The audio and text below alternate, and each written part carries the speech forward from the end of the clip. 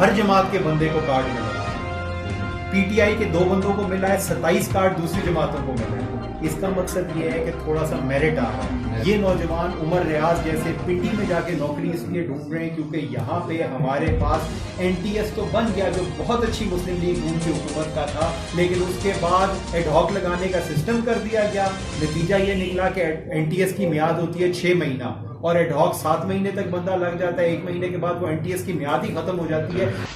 ومن یونیورسٹی پر کسی شخص کو سیاست کرنے کی اجازت نہیں دیں گے. دلہن نہیں کہ کوئی اٹھا کر لے جائے. حلقہ وسطی باغ میں تعمیر و ترقی کا کوئی کام نہیں ہو سکا. عین الیکشن میں سیاسی جنازے حلقے کا رخ کرتے ہیں. مشتاق مہناز شریف آدمی ہے, سیاست اس کے بس کی بات نہیں. الیکشن کے دوران جو وعدے کیے گئے تھے وہ پورے نہیں کر سکے. انصاف صحت کارڈ ہر مستحق شخص کو ملے گا. جنوری میں دوبارہ سروے کیا جائے گا. سابقہ سروے سیاسی بنیادوں پر ہوا.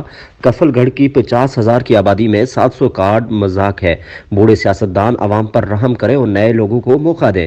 ان خیالات کے اظہار پاکستان تحریک انصاف و آزاد کشمیر کے مرکزی رہنما وقاص نسیم نے انصاف کارڈز کی تقسیم کے حوالے سے تقریب میں مہمان خصوصی کے طور پر خطاب کرتے ہوئے کیا.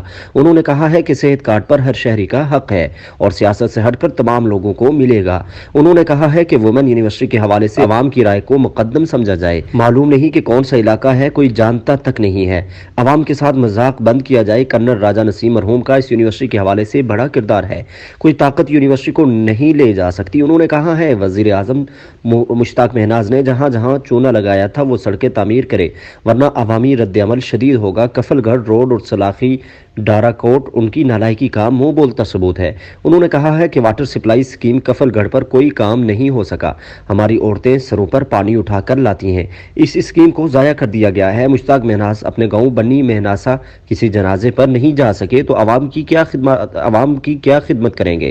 وہ شریف آدمی ہیں, ان کو کوئی نہیں مانتا. ان کی کوئی نہیں مانتا. انہوں نے کہا ہے کہ سردار قمر زمان دوبارہ سیاست میں زندہ رہنے کے لیے یونیورسٹی کا نام استعمال کر رہے ہیں. عوام بوڑھے سیاستدانوں سے تنگ آ چکے ہیں. انہوں نے کہا ہے کہ لوگوں کے ساتھ کسی قسم کی کوئی زیادتی برداشت نہیں کروں گا. اپنے حلقے کے لوگوں کے ساتھ کھڑا ہوں اور آواز بلند کرتا رہوں گا. کیمرہ مین ٹیم کے ساتھ عمر ریاض کے ٹی وی باغ آزاد کشمیر.